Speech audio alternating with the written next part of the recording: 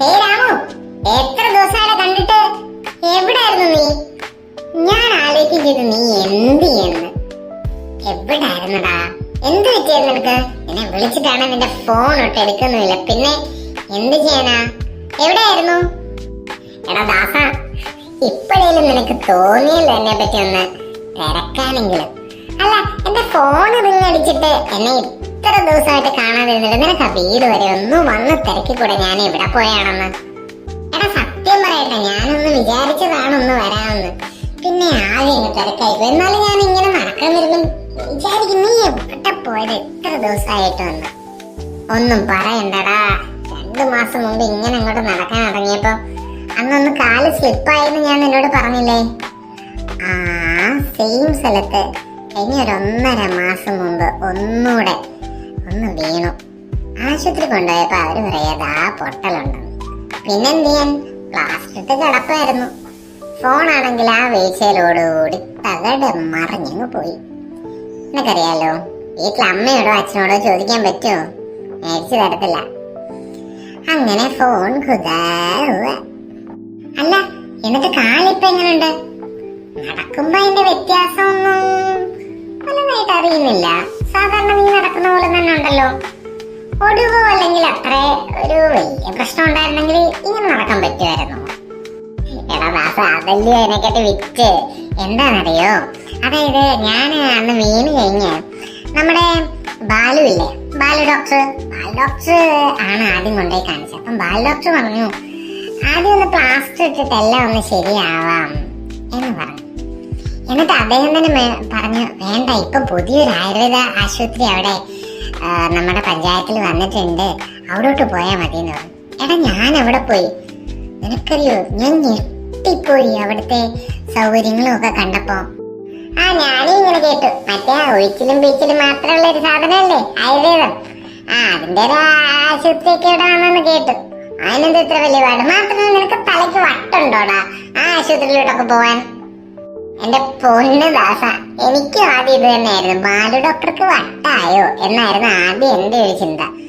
അവിടെ ചെന്ന് കഴിഞ്ഞപ്പോഴായിരുന്നു എന്താ സെറ്റപ്പ് എന്ന് അറിയോ നിനക്ക്? ഞാൻ ഞെട്ടിപ്പോയടാ. അവിടെ പോയി, അവിടെ ഡോക്ടറെ കണ്ടു. ആ ഡോക്ടർ എക്സ്റേ എടുക്കുന്നു. ഇതിനകത്ത് ഇന്ന പ്രശ്നം ഉണ്ടെന്ന് പറയുന്നു. പെട്ടെന്ന് തന്നെ അടുത്ത് തന്നെ പോയൊരു POP, ഈ പ്ലാസ്റ്റർ ഉണ്ടല്ലോ, അത് ഇടാൻ പറയുന്നു. അതിട്ടിട്ട് വന്നിട്ട് അകത്തേക്ക് മരുന്ന് തരുന്നു, വെളിയിലേക്ക് മരുന്ന് തരുന്നു. അപ്പൊ ഞാൻ ചോദിച്ചു, ഇതൊക്കെ ആയുർവേദത്തിലുണ്ടോ? ഈ ഒഴിച്ചിലും ബീച്ചിലും മാത്രമല്ലാതെ ഇതൊക്കെ ഉണ്ടോ എന്ന് ഞാൻ അവരോട് ചോദിക്കുകയും ചെയ്തു. പോടാ ചുമ്മാതെ പുളു പഠിക്കാതെ. എന്നാ ആയുർവേദത്തിലെ പ്ലാസ്റ്ററും അല്ലെങ്കിൽ ഒടിവിനും ചതവിനും ഒക്കെ വേറെ പുളു പഠിക്കാതെ പോയി. എടാ ദാസ, സത്യാ ഞാനീ പറയുന്നേ. അവര് എന്തൊക്കെയാന്ന് ചോദിച്ചത്. ഞാൻ അവസാനം അവിടെ 2 ദിവസം കിടക്കേണ്ടി വന്നു. അവര് ആ കിടന്ന സമയത്ത് ഞാൻ അവിടുത്തെ ഡോക്ടർമാരോട് ചോദിച്ചു, ആയുർവേദത്തിൽ ഇങ്ങനെ ഇത്രയും വലിയ ഡെവലപ്മെന്റ്സ് ഒക്കെ ഉണ്ടോ? അപ്പൊ അവരാണ് പറഞ്ഞത് ലോകത്ത് ആദ്യമായിട്ട് സ്പെഷ്യലൈസേഷൻസ് ഉണ്ടായത് ആയുർവേദത്തിലാണെന്ന്. ആയുർവേദത്തിൽ നിനക്കറിയാമോ, ആദ്യം തന്നെ 8 ബ്രാഞ്ചസ് ഉണ്ടായിരുന്നു അത്രേ. ജനറൽ മെഡിസിന്, നമ്മുടെ ENT പോലുള്ളത്, ഓർത്തോ, അങ്ങനെയൊക്കെ പറഞ്ഞ് ഒത്തിരി ഉണ്ടെന്ന്. 8 ബ്രാഞ്ച് എന്നാണ് അവര് പറയുന്നത്. ഞാൻ ഞെട്ടിപ്പോയി. അതെയോ? പക്ഷെ നമ്മൾ ഇത്ര നാൾ കേട്ടിരിക്കുന്നത് ആയുർവേദം എന്ന് പറയുന്നത് വെറും ഒരു ഈ ഒഴിച്ചില് പിഴിച്ചില് അല്ലെന്നുണ്ടെങ്കിൽ ഒരു സ്യൂഡോ സയൻസ് ആണ് അല്ലേ, അല്ലെങ്കിൽ ഫ്ലൂക്ക് സയൻസ് എന്നൊക്കെ അല്ലേ ഇപ്പൊ ഓരോരുത്തന്മാര് വന്നിരുന്ന ടിവിയിലൊക്കെ പറയുന്നത്. നമുക്ക് പിന്നെ അതൊക്കെ അല്ലേ അറിയത്തുള്ളൂ. അപ്പൊ അങ്ങനെ അപ്പം ഒക്കെ ഉണ്ടല്ലേ? ആടാ ഉണ്ട്. നമുക്കൊരു കാര്യം ചെയ്യാം, നീ ഫ്രീ ആവുമ്പം വാ, നമുക്ക് ബാലു ഡോക്ടറുടെ അടുത്ത് തന്നെ പോയിട്ടേ ആയുർവേദത്തിൽ എന്തൊക്കെയാ ഉള്ളത് എന്ന് നമുക്കൊന്ന് ചോദിച്ച് മനസ്സിലാക്കാം.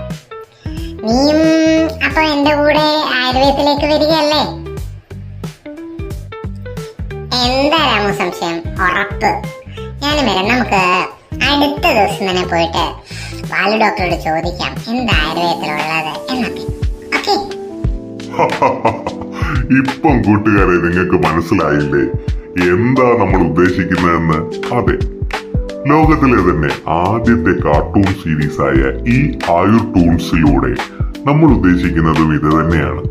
കാർട്ടൂൺ സംഭാഷണങ്ങളിലൂടെയും അതുപോലെ തന്നെ ദൈനംദിനമായ പ്രവർത്തനങ്ങൾ എങ്ങനെ ആയുർവേദത്തിന്റെ ഉന്നമനം എങ്ങനെ എന്നൊക്കെ നമുക്ക് ഈ പറഞ്ഞ പോലെ രാമുവിലൂടെയും ദാസനിലൂടെയും അതുപോലെ തന്നെ പലവിധ ക്യാരക്ടറിലൂടെയും കണ്ടു വളരാം. നുകരാം ആയുർവേദത്തിന്റെ നന്മ പുതുതലമുറയ്ക്കായി ഒരു നൂതന രീതിയിൽ. അതെ, അടുത്ത എപ്പിസോഡ് വരെ നിങ്ങളൊന്ന് കാത്തിരിക്കും. ആയുർവേദത്തിനെ പറ്റിയുള്ള വിശദമായ ചർച്ചകളും അതുപോലെ തന്നെ രസകരമായ അനുഭവങ്ങളും കാണാൻ അടുത്ത ആഴ്ച ഇതേ സമയം ഇതേ ദിവസം ആയുർ ടൂൺസിലൂടെ തന്നെ നിങ്ങൾ കാണുക ലോകത്തിലെ ആദ്യത്തെ ആയുർവേദ കാർട്ടൂൺ സീരീസ് ആയുർ ടൂൺസ്.